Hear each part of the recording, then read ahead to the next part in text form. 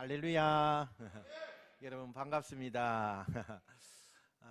날씨가 아침 저녁 이렇게 계속 좀 날씨가 차갑고 낮에 온도가 또 너무 높으니까 감기가 걸리기 쉽습니다. 여러분들 환절기에 감기 조심하시기 바랍니다.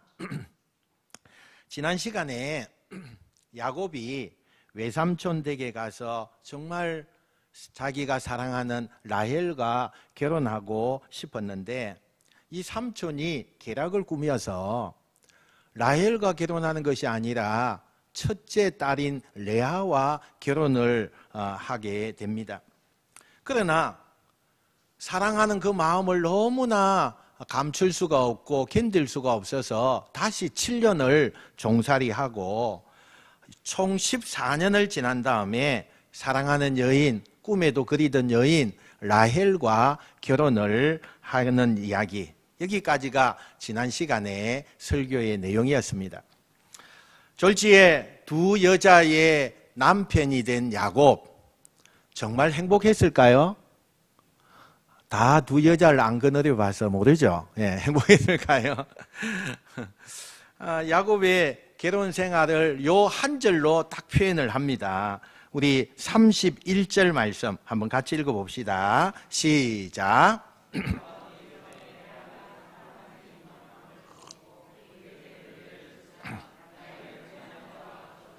아멘. 이게 짧은 한 절 속에 지금 야곱의 결혼 생활을 다 함축해서 말해주는 거예요. 우선 야곱은 끝으로는 두 아내를 평등하게 대합니다. 여러분, 이 당시는요, 일부 다처제의 그런 시대예요. 그러니까 여러 명의 아내를 거느릴 수 있는 그런 시대였어요. 근데 조건이 하나 있습니다. 누구에게든지 어느 아내에게든지 평등해야 된다는 거예요. 공평해야 된다는 거예요. 그래서 재산도 선물도 항상 똑같이 나눠주고 잠자리도 똑같이 분배해서 그렇게 잠자리를 해야 됐어요. 이게 암묵적인 자기들의 법이에요.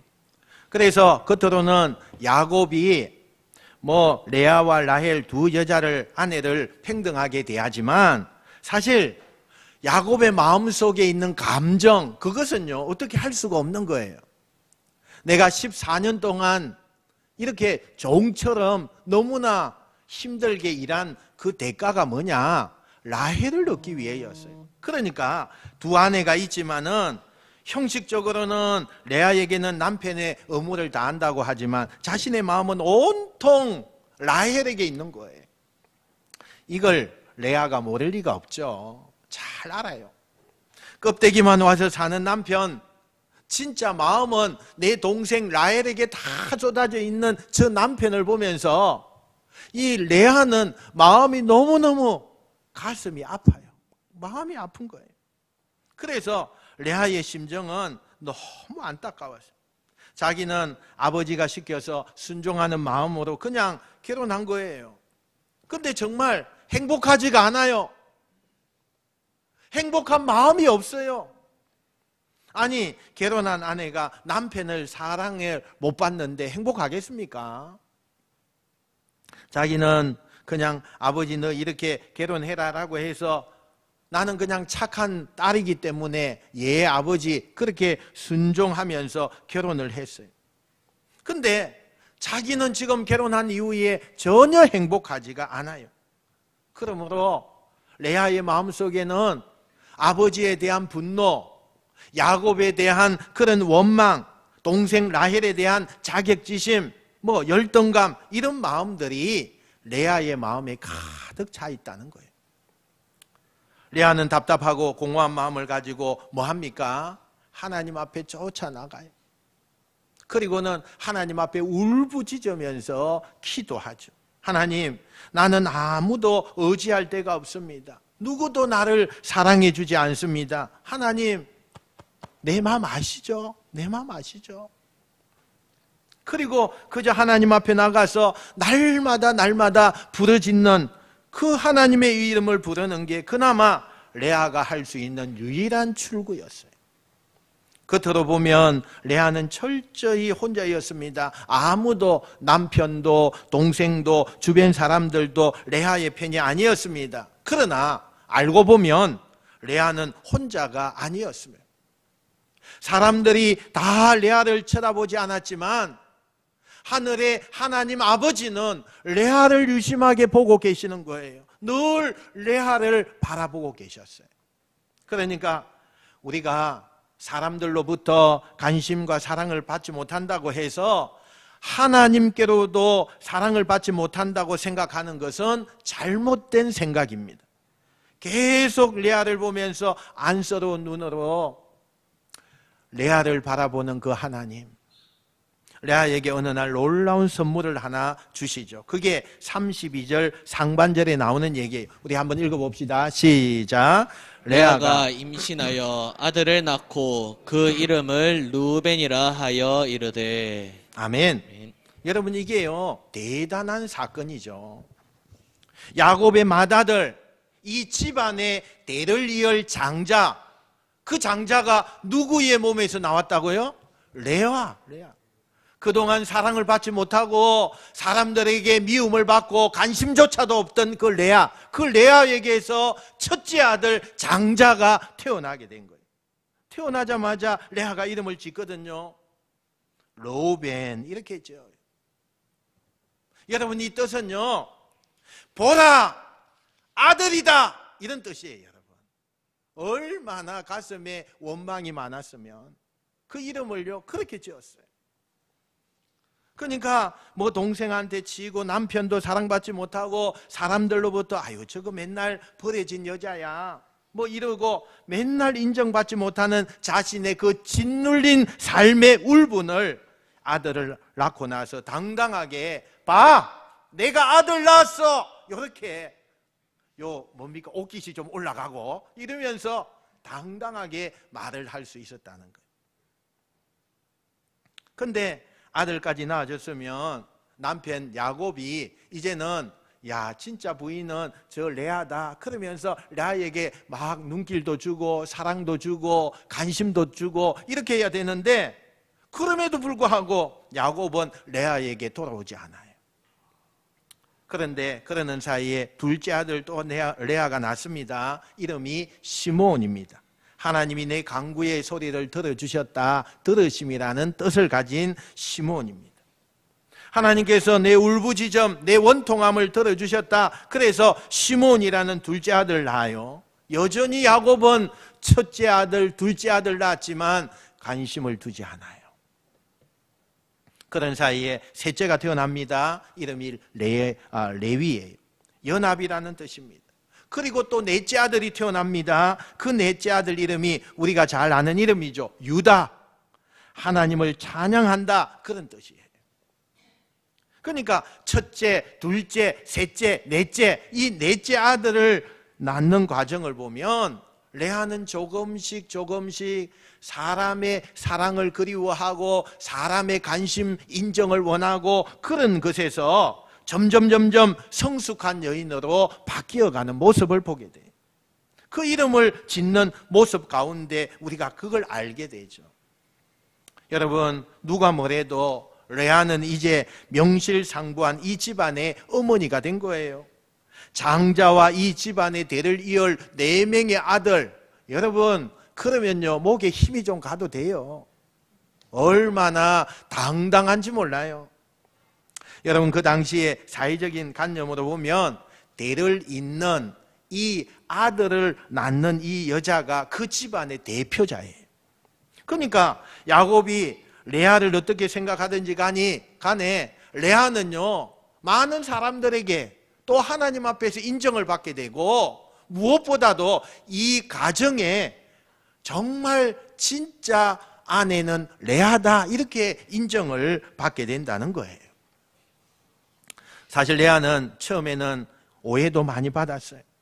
야곱이 라헬을 사랑하고 둘이 결혼하려고 했는데 그 사이에서 왜 동생의 남편을 빼앗았느냐, 왜 남의 사랑을 가로채었느냐, 왜 못된 짓을 했느냐, 사람들이 레아를 볼 때마다 그렇게 원망하고 미워했어요. 그런데 그래서 그랬는지 그녀는 혹독한 대가를 치르고 있는 거예요. 결혼만 하면 될 줄 알았는데 남편의 사랑을 전혀 받지 못하는 거예요. 그래서 나는 불행한 여자고 나는 이 결혼 생활이 실패한 결혼 생활이다, 그렇게 생각한 게 레아입니다. 근데 모두가 망했다고 했던 그 레아가 뒤에 보니까 지금 얘기한 대로 이제 명실상부한 이 집안의 대를 잇는 대표의 여인, 대표의 아내, 정말 그런 여인으로 되어졌다는 거예요. 어떻게 이렇게 바뀔 수가 있습니까? 비결은 하나이죠. 그녀가 망했다고 생각했을 때 좌절감에 빠지거나 사람들 찾아가면서 하소연하거나 자기의 그 상황을 보면서 원망하거나 그렇게 하지 않았어요. 그런 상황이 온다 할지라도 사람을 붙들고 하는 것이 아니라 하나님께 나아가서 매달리고 부르짖고 울부짖었다는 거예요. 그랬더니 남편에게 외면당하고 사람들에게 외면당하고 결혼 생활이 실패했다고 그렇게 철저하게 망한 것 같은 그 인생을 하나님께서 건져주시는 겁니다. 어느샌가요? 사람들로부터 말소리가 들려오는데 진짜 야곱의 저 진짜 아내는 레아다, 뭐 이런 말들이 들려오면서 이제는 이 집안에서 내가 진짜 아내구나, 이것을 보게 되었다는 거예요. 반대로 남편의 사랑을 독차지한 라헬은 야곱의 사랑을 몽땅 다 받고 있었어요. 언니가 4명의 아들 낳는 동안에 자기는 1명의 아들도 낳지 못했어요. 여러분 생각해 보세요. 똑같이 결혼을 했는데 언니는 집안을 잇는 아들이 4명이나 낳았는데 자기는 그 사이에 아들 1명도 지금 못 낳습니다. 그 사이에 언니의 위상은 점점 높아지는 거예요. 사람들은 다 언니를 이 집안의 대표적인 여인으로 생각하는 거예요. 나만 아이를 낳지 못했다는 그 절망감, 또 열등감, 그리고 시간이 점점 지나면서 내가 나이가 많이 먹으면 이제 아들로 어떻게 나올 수 있을까, 뭐 그런 초조함, 이런 것들이 라헬에게 엄습합니다. 이때 성경에 보면 라헬은 그 답답하고 억울한 마음을 가지고 하나님 앞에 나가서 하나님, 나에게도 자식 주세요, 뭐 이렇게 한나처럼 기도했다는 그 말씀이요, 한 구절도 없어요. 성경에 보니까.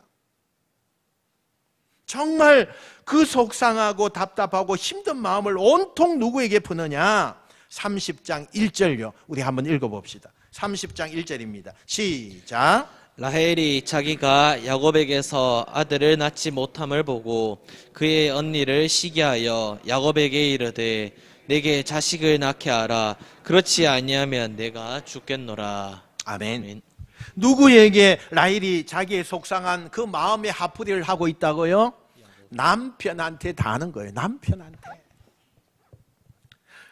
성경 어디에도 그녀가 하나님 앞에 하나님, 저를 좀 불쌍히 여겨주세요, 저를 좀 용서해 주세요, 제가 아들 좀 낳게 해주세요, 성경 어디에 봐도 그런 말이 하나도 없어요. 온통 남편만 달달달달, 후라이팬도 아닌데 볶아요. 그냥. 여기 성경을 보면 여러분, 남편인 야곱이요, 라헬을 너무너무 사랑했잖아요. 나중에는 너무 자기도 짜증이 나니까, 야, 애 못 낳는 게 내 탓이냐? 내 탓이냐? 애는 네가 낳는 거지 왜 나한테 이렇게 못 살게 구느냐? 너무 힘들다 하면서 야곱이요, 라헬에게 화를 내는 장면이다. 여러분 히브리 원문의 그 문구를 보니까요, 뭐라고 되어 있느냐면 혈기를 부린다. 혈기를 부린다고 되어 있어요. 여러분, 여자가 아무리 이쁨이 뭐예요? 반질반질하게 생겨가지고 틈만 나면 남편한테 혈기나 부리고 짜증이나 내고, 누가 좋아하겠어요? 그죠? 누가 좋아하겠어요? 그러니까 야곱이 빼싹 말라서 죽지 않은 게 다행이에요. 얼마나 이 라헬이 나중에는 혈기를 부리는데요, 나도 아들 낳고 싶다고, 완전 사랑과 전쟁이에요. 사랑과 전쟁. 얼마나 혈기를 부리는지. 뭐 집에 들어가면 맨날 술 마시고 취해가지고 할 소리 안 할 소리 하면서 야곱을 괴롭히는 거예요.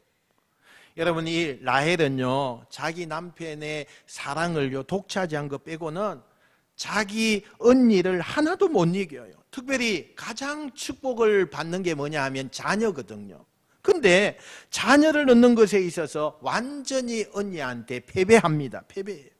그러면 이 두 자매의 차이를 무엇이 이렇게 만들었는가라는 거예요.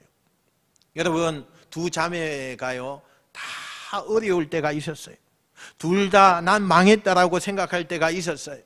그때 두 사람이 누구한테 매달리느냐? 하나님께 매달리느냐? 사람에게 매달리느냐? 이 차이가 두 사람의 인생을요 완전히 갈라놓습니다. 완전히 갈라놓습니다. 우리는 되게 내가 원하는 일이 잘 안 되면 나 망했어, 나 실패했어 이렇게 말합니다. 그러나 여러분, 그건 착각입니다. 착각이에요. 원하는 대로 일이 안 돼서 내가 망한 것이 아니라 원하는 대로 일이 안 되었을 때 내가 사람 앞에 매달리면 그거는요 다 망하는 거예요. 잘 되는 것 같은데 아닙니다. 시간이 지나면 점점 망하는 거예요. 그러나 내가 망한 것 같아도 그 사람이 하나님 앞에 매달리고 하나님이여 나를 좀 불쌍히 여겨달라고 하나님 앞에 매달리고 있다면 결국 그 인생은 일어서는 인생인 줄로 믿습니다. 여러분, 내 자신을 돌아보세요. 내가 잘 안 될 때, 망할 것 같을 때에 나는 하나님을 찾고 있는지 아니면 내가 사람을 찾아서 뛰어가고 있는지, 라헬처럼 하나님이 아닌 사람을 붙들고 사람에게 화풀이하고 사람에게 내 신세 타령이나 하고 그런 사람이 아니라 안 됐을 때에, 망했을 때에 레아처럼 하나님께 하소연하고 하나님께 통곡하고 하나님의 이름을 부를 때에 하나님의 긍휼하심을 입으면 망한 인생도 다시 일어나는 인생이 될 줄로 믿습니다.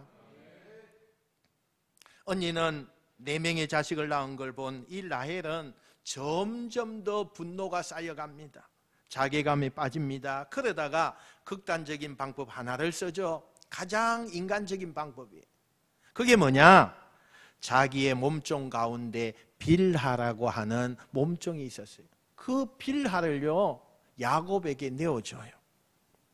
당신은 계급사회니까 몸종에게서 주인의 아이가 태어나면 그것이요 자기의 자녀가 되는 거예요. 내 몸종이니까 그렇게 된다는 거예요. 그래서 라헬은 마지막 방법으로 인간적인 방법을 쓰는데 자기의 몸종 라헬을 야곱에게 허락을 합니다.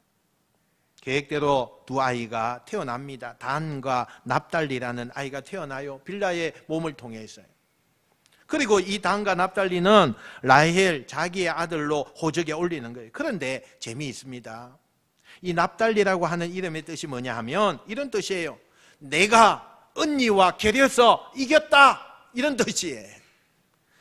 얼마나 라헬이 언니한테 열등감이 있었고 얼마나 그동안에 자식 문제로 괴로워했는지 자식이 태어났는데 그 이름을 내가 언니와 겨려서 이겼다, 이런 뜻의 이름을 지어주었다는 거예요. 이렇게 라헬이 다시 자식 문제로 언니를 반격하니까 레아가 그걸 보고 가만히 있을 수가 없죠. 자기 자리가 다시 뺏길 위험이 생겼다라고 생각을 하니까 불안해서 인간적인 생각을 가지면서 이 레아가 경쟁에 뛰어듭니다. 자기도 자기의 몸종이 있는데 실바가 있어요. 그 몸종을 남편에게 내어줘요. 그리고 임신을 하죠. 그리고는 그 속에 갓이라는 아들과 아셀이라는 두 아이가 태어나요. 그러니까 자식이 당대에는 굉장히 중요해요. 이 자식이요 하나님이 주시는 축복이었어요. 이렇게 해서 언니도 몸종을 통해서 두 아들을 얻게 되고 라헬도 그 몸종을 통해서 두 아들을 다시 얻게 되는 거예요. 문제는 야곱입니다. 두 여자는 그렇게 사는데 그 가운데 끼어서 이리 치고 저리 치고 눈 뜨고 나면 아이 하나가 태어나고 눈 뜨고 나면 또 아이가 하나가 태어나서 아빠 부르는데 야곱은 이제는요 너무나 힘든 거예요. 그렇게 두 자매 사이에 자식 경쟁을 하고 있던 어느 날 언니 레아의 첫째 아들이 르우벤이라고 했잖아요. 이 르우벤이 밖에 나갔다가 어떤 풀 하나를 뜯어옵니다. 그게 근데 성경에 그 풀 이름을요 하판채라고 해요. 하판채가 이렇게 생겼어요. 이 식물이죠. 이 하판채의 이 특징은 뭐냐 하면 환각성이 있는, 요즘 말하면 마약 성분이 있는 그런 식물이거든요. 근데 이게 불임을 가지고 있는 여자에게 불임을 치료하는 대표적인 가장 극단적인 처방 중에 하나가 이거였어요. 그러니까 민간요법으로 저 합한채를 먹으면 불임에도 좋고 아이도 가질 수 있다, 그런 이야기가 이렇게 많은 사람들 가운데 그렇게 알고 있는 상식이에요. 근데 언니가 이걸 가지고 있다는 이야기를 듣고는 이 라헬이 언니를 찾아옵니다. 언니, 제발 내가 몸종을 통해서 두 아들을 얻기는 했지만 나도 아들을 좀 낳고 싶으니까 언니가 가지고 있는 그 합한채 나에게 좀 나에게 주세요. 그러면서 거래를 합니다. 어떤 거래를 하느냐? 아까 우리가 일부 다처제에서는요 아내가 아무리 많아도 공평해야 된다고 했어요. 그죠? 잠자리도 오늘 레아에게 했으면 내일은 라헬에게 잠자리를 해야 돼요. 그와 마찬가지로 이렇게 공평하게 해야 되는데 어떤 거래를 하느냐? 그걸 주면 야곱이 나한테 와야 될 그 분량만큼을 언니에게 몽땅 줄게, 이렇게 제안을 하죠. 그래서 언니는 이 합한채가 필요 없기 때문에 그냥 자기 동생에게 줘요. 레아는 당분간에 야곱을 독차지하게 됩니다. 정말 사랑과 전쟁이라니까요. 그리고 이 거래가 진행된 다음에 레아와 야곱 사이에 다시 이사갈이라고 하는 5번째 아들이 태어나고 6번째 아들 스볼론이 태어납니다. 그리고 거기에 딸이 나중에 태어나는데 디나라고 하는 딸이 나와요. 문제는 라헬이에요. 라헬이 어떻게 되었느냐? 인간적인 방법으로 이 합한채만 가져가면 아들을 낳을 수 있을 거라고 그렇게 생각을 했어요. 그래서 그냥 정성을 다해서 그 합한채를 잘 다려서 복용을 해도 아이가 생기지 않는 거예요. 여러분 잘 들으세요. 여러분, 생명의 주권이라는 것은 하나님께 있습니다. 할렐루야. 인간이 어떤 방법을 통해서, 인간이 의학적으로 어떻게 뭘 해서, 아닙니다. 모든 생명의 주권은 하나님께 있습니다. 할렐루야. 아무리 세상적인 방법을 다 동원해도 하나님이 허락하지 않으면 그곳에 생명이 없는 거예요. 그러나 하나님이 그 과정을 향하여서 하나님이 계획하고 뜻하시면 하나님께서 그 가정에 생명을 주시는 거예요. 라헬이요, 이걸 이제서야 깨달은 거예요. 인간적인 방법으로 자식을 얻어보고 세상적인 모든 것을 내가 다 동원해서 그렇게 아들을 원하면서 해봤지만 안 되는 거예요. 그러니까 그 사이에 언니는 자식들 낳는 걸 보면서 라헬이 점점 세상의 것을 포기하게 됩니다. 그리고 뭘 하느냐? 하나님 앞에 나가서 매달리기 시작해요. 드디어. 그 증거가 뭡니까? 오늘 우리가 읽었던 본문의 말씀입니다. 30장 22절부터 24절에 보면 이런 표현이 있어요. 하나님이 라헬을 생각하신지라. 이 말, 하나님이 라헬을 생각하신지라. 세상적인 방법, 인간적인 방법을 쓸 때는 하나님이 그 라헬이 생각하지도 않았어요.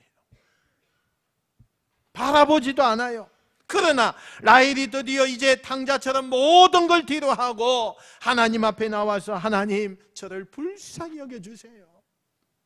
하나님, 제가 너무나 잘못했습니다라고 드디어 하나님 앞에 엎드릴 때 하나님께서도 라헬을 불쌍히 여기시고 그 다음에 성경이 뭐라고 나와요? 그의 태를 여셨다 그랬어요.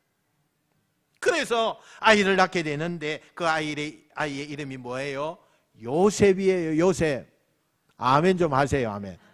요셉이에요. 요셉. 정말 어렵게 아들을 낳은 거잖아요. 그동안은 남편 야곱의 사랑만 독차지하면 됐다고 생각을 했어요. 남편이 나만 사랑하니까 됐어라고 그만했어요.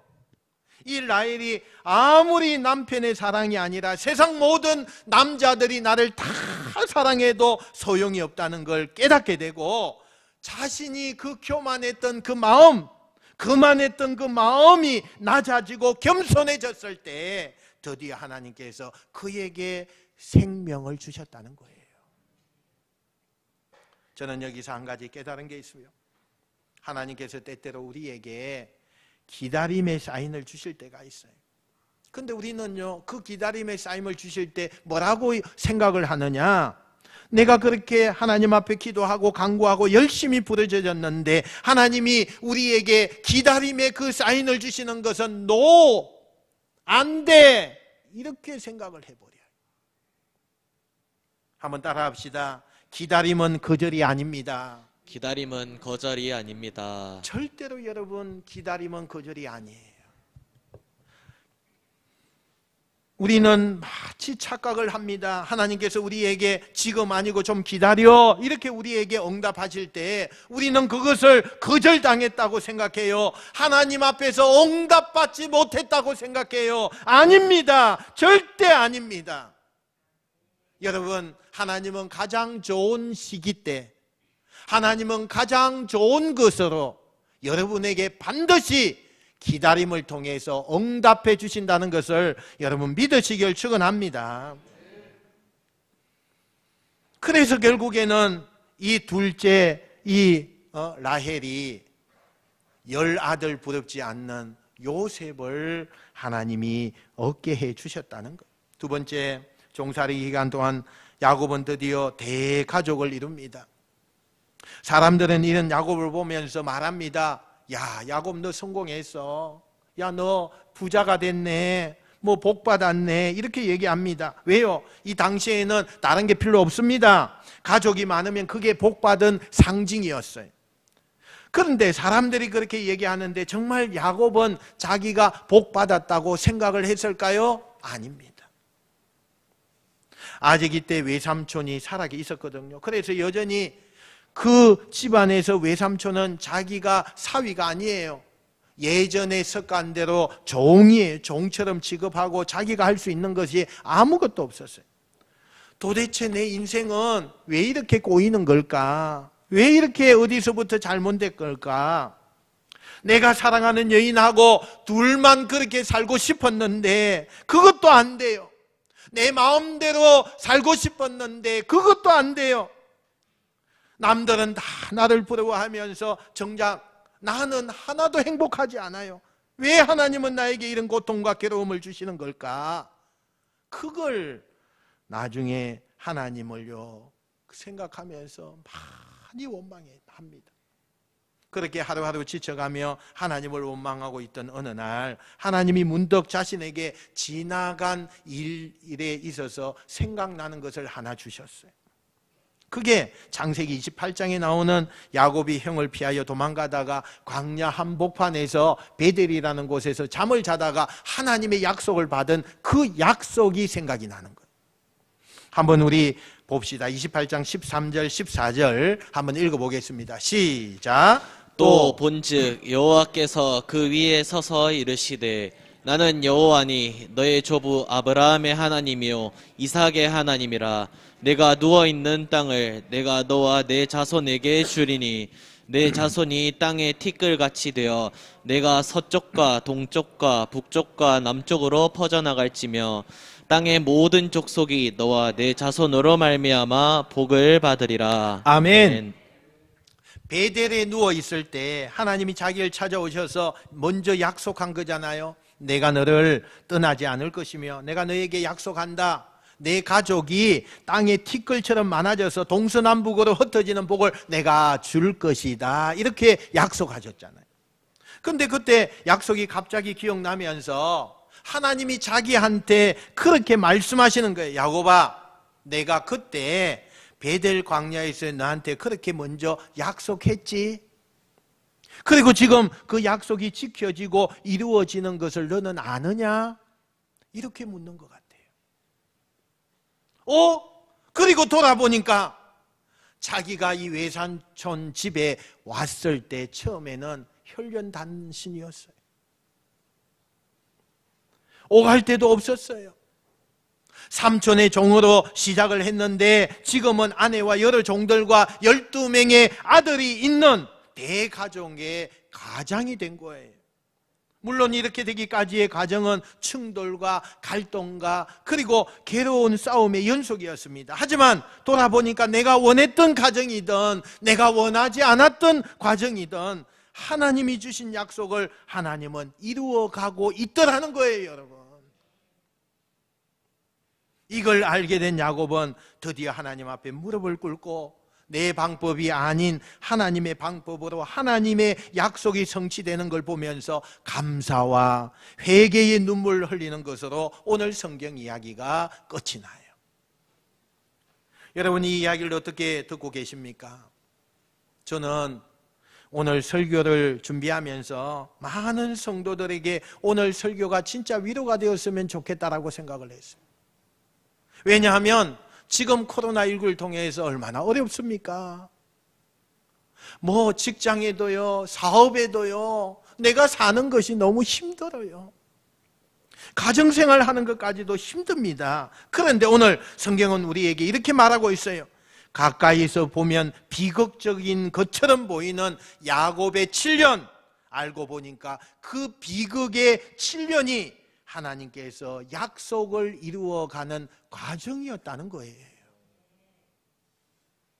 우리가 하나하나를 보면 지금 너무 힘들고 너무 비참하고 너무 막막하고 왜 나는 하나님 이렇게 하나님 앞에서 축복받지 못하는 인생입니까? 왜 나는 이렇게 망해야 됩니까? 이런 절망과 염려 속에 있는 모든 분들이 있을 거예요.